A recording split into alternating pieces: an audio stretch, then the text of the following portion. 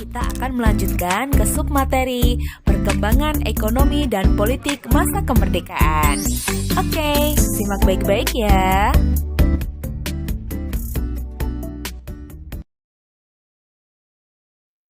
Pada awal kemerdekaan, Indonesia mengalami kesulitan ekonomi dan juga pembentukan kelengkapan negara. Apa sih yang menyebabkan kesulitan ekonomi Indonesia pada awal kemerdekaan?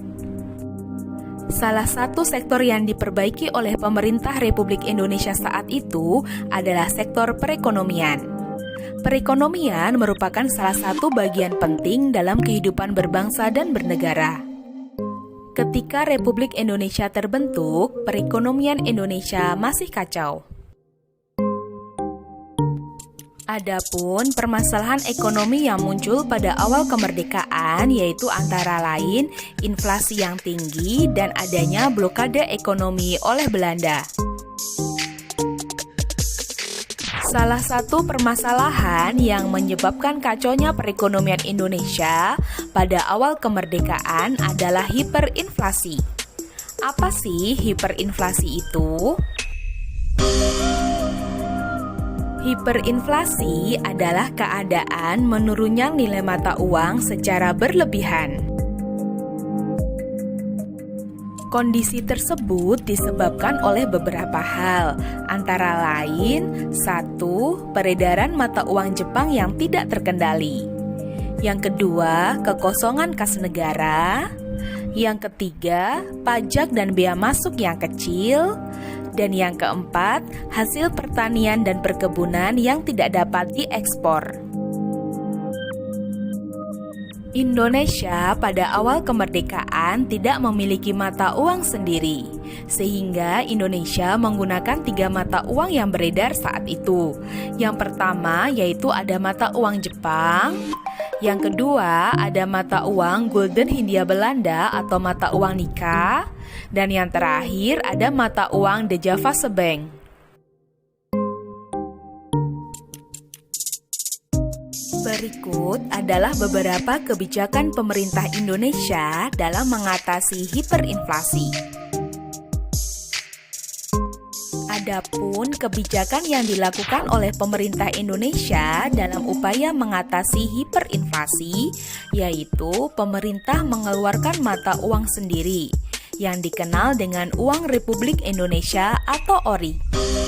Mata uang ORI ini dikeluarkan pada tanggal 30 Oktober 1946 berdasarkan Undang-Undang Nomor 19 Tahun 1946.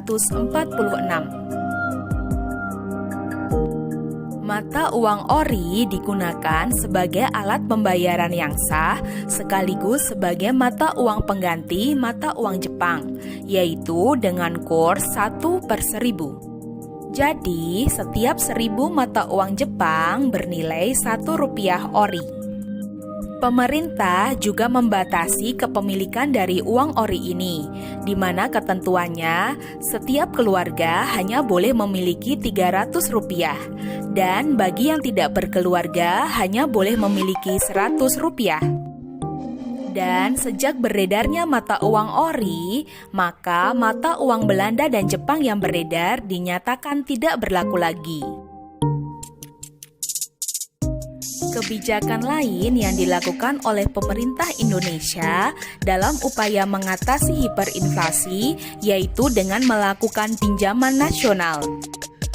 Pinjaman nasional merupakan kebijakan yang dicetuskan oleh Menteri Keuangan yaitu Insinyur Soeharman dan dilaksanakan atas persetujuan Badan Pekerja Komite Nasional Indonesia Pusat. Dan untuk mendukung program tersebut, pemerintah membentuk Bank Tabungan Pos yang berguna untuk menyalurkan pinjaman.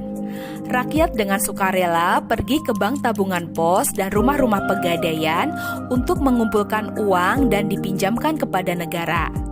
Pada tahap pertama, pinjaman nasional berhasil mengumpulkan uang sejumlah Rp500 juta. Keluarnya ORI ternyata menimbulkan masalah baru dalam perekonomian Indonesia. Masalah tersebut disebabkan peredaran ORI dalam masyarakat yang tidak terkendali. Oleh karena itu, pemerintah merasa perlu mengatur percetakan dan peredaran ori dalam satu sistem perbankan Republik Indonesia.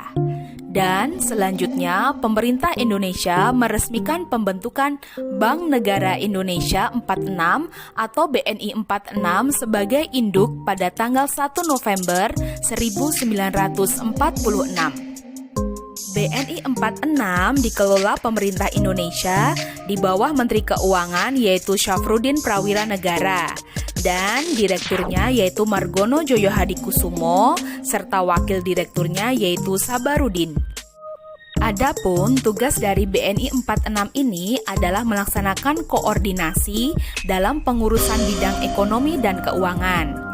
Selain itu, BNI juga bertugas untuk mengatur nilai tukar ori terhadap valuta asing. Permasalahan ekonomi kedua yang dialami oleh bangsa Indonesia pada awal kemerdekaan yaitu adanya blokade ekonomi yang dilakukan oleh Belanda. Setelah kemerdekaan Indonesia, Belanda berambisi ingin menguasai kembali wilayah Indonesia. Keinginan untuk menguasai Indonesia terlihat jelas ketika Belanda melakukan blokade ekonomi sejak bulan November 1945. Dalam pelaksanaannya, Belanda memusatkan blokade di jalur perdagangan laut. Adapun tujuan Belanda melakukan blokade ekonomi yaitu antara lain 1. Mencegah masuknya senjata dan peralatan militer ke Indonesia. Yang kedua, mencegah keluarnya hasil-hasil perkebunan milik Belanda dan milik asing lainnya. Dan yang ketiga, melindungi bangsa Indonesia dari tindakan dan perbuatan yang dilakukan oleh bangsa asing. Kita akan melanjutkan ke materi perkembangan politik Indonesia di masa kemerdekaan. Oke, selamat memperhatikan ya. Berikut adalah poin-poin yang akan kita bahas pada pertemuan kali ini. Yang pertama yaitu terbentuknya Republik Indonesia Serikat. Yang kedua, kembalinya Negara Kesatuan Republik Indonesia. Dan yang terakhir adalah gangguan keamanan pada masa kemerdekaan. Republik Indonesia Serikat. Sesuai hasil kesepakatan KMB, bentuk Negara Kesatuan Republik Indonesia berubah menjadi Republik Indonesia Serikat atau RIS. Republik Indonesia Serikat berdiri pada tanggal 27 Desember 1949 dengan Undang-Undang Dasar Sementara sebagai konstitusinya. Sesuai dengan isi konstitusi baru tersebut, negara RIS berbentuk federasi dan meliputi seluruh daerah di Indonesia. Berikut yang tergabung dalam Federasi Republik Indonesia Serikat. Yang pertama ada negara bagian. Negara bagian RIS meliputi Negara Indonesia Timur, Negara Pasundan, Negara Jawa Timur, Negara Madura, Negara Sumatera Selatan, Negara Sumatera Timur, dan Republik Indonesia. Yang kedua ada Satuan Kenegaraan. Satuan kenegaraan meliputi wilayah Kalimantan Barat, Kalimantan Timur, Kalimantan Tenggara, Banjar, Dayak Besar, Bangka, Belitung, Riau, dan Jawa Tengah. Yang ketiga ada daerah Swapraja. Daerah Swapraja adalah wilayah yang memiliki hak pemerintahan sendiri. Adapun wilayah di Indonesia yang termasuk daerah Swapraja yaitu ada Kota Waringin, Sabang, dan Padang. Sistem pemerintahan Republik Indonesia Serikat dipegang oleh Presiden dan Menteri-Menteri di bawah naungan Perdana Menteri. Terpilih sebagai Presiden RIS adalah Insinyur Soekarno setelah ia menjadi calon tunggal dalam pemilihan Presiden RIS tanggal 15 Desember 1949. Dan Muhammad Hatta diangkat menjadi Perdana Menteri RIS pada tanggal 20 Desember 1949. Kembalinya Negara Kesatuan Republik Indonesia. Bentuk negara Republik Indonesia Serikat ternyata tidak sesuai dengan cita-cita kesatuan dan persatuan bangsa Indonesia. Oleh karena itu, muncullah gerakan-gerakan untuk mengubah bentuk negara kembali menjadi Negara Kesatuan Republik Indonesia. Rakyat di negara-negara bagian mengadakan demonstrasi untuk membubarkan RIS dan menuntut kembali ke dalam NKRI. Pada bulan April 1950, hampir seluruh negara bagian dan satuan-satuan kenegaraan telah bergabung dengan Republik Indonesia, kecuali negara Indonesia Timur dan negara Sumatera Timur. Berkat pendekatan dan ajakan yang dilakukan, negara Indonesia Timur dan negara Sumatera Timur akhirnya menyatakan keinginan bergabung dengan NKRI. Dan pada tanggal 19 Mei 1950 ditandatangani sebuah piagam persetujuan antara pemerintah RIS dan pemerintah RI. Republik Indonesia Serikat pada akhirnya pun bubar dan berganti dengan Republik Indonesia pada tanggal 17 Agustus 1950. Bersamaan dengan itu, Kabinet RIS yang dipimpin oleh Muhammad Hatta mengakhiri masa tugasnya. Gangguan keamanan masa kemerdekaan, antara lain ada pemberontakan PKI Madiun tahun 1948 dan pemberontakan DITII.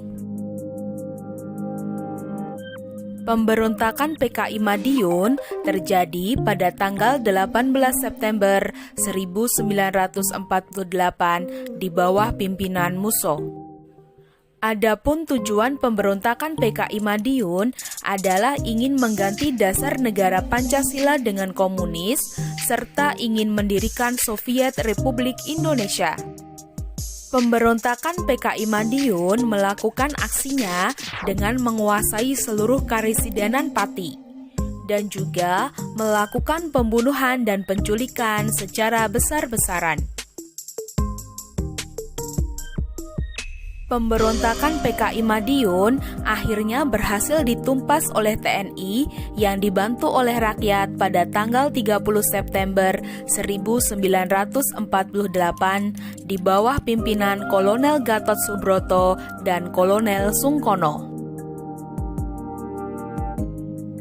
Gangguan keamanan yang kedua adalah pemberontakan DITII. Pemberontakan Darul Islam atau Tentara Islam Indonesia adalah suatu gerakan yang menginginkan berdirinya sebuah negara Islam Indonesia. Pemberontakan ini bermula di daerah Jawa Barat, kemudian menyebar ke daerah lain seperti Jawa Tengah, Aceh, Sulawesi Selatan, dan Kalimantan Selatan. Pemberontakan DITII Jawa Barat. Pemberontakan ini dipimpin oleh Kartosuwiryo dengan tujuan ingin mendirikan negara Islam Indonesia. Kartosuwiryo berhasil ditangkap pada tanggal 4 Juni 1962 dengan menggunakan operasi pagar betis di Gunung Geber. Pemberontakan DITII Sulawesi Selatan. Pemberontakan ini dipimpin oleh Kahar Muzakar. Pemberontakan ini disebabkan oleh Kahar Muzakar yang ingin menempatkan laskar-laskar rakyat Sulawesi Selatan ke dalam lingkungan Angkatan Perang Republik Indonesia Serikat atau APRIS, dan Kahar Muzakar berkeinginan untuk menjadi pimpinan APRIS. Penumpasan pemberontakan Kahar Muzakar ini mengalami kesulitan sebab tempat persembunyian mereka berada di hutan yang ada di daerah pegunungan. Akan tetapi, pada bulan Februari 1965, pemberontakan ini berhasil ditumpas oleh TNI. Pemberontakan DITII Aceh. Pemberontakan ini dipimpin oleh Daud Bereh yang merupakan mantan gubernur Aceh. Pemberontakan ini disebabkan oleh status Aceh yang semula menjadi daerah istimewa diturunkan menjadi daerah karisidenan di bawah Provinsi Sumatera Utara. Pemberontakan ini akhirnya bisa diberantas dengan operasi militer dan musyawarah kerukunan rakyat Aceh.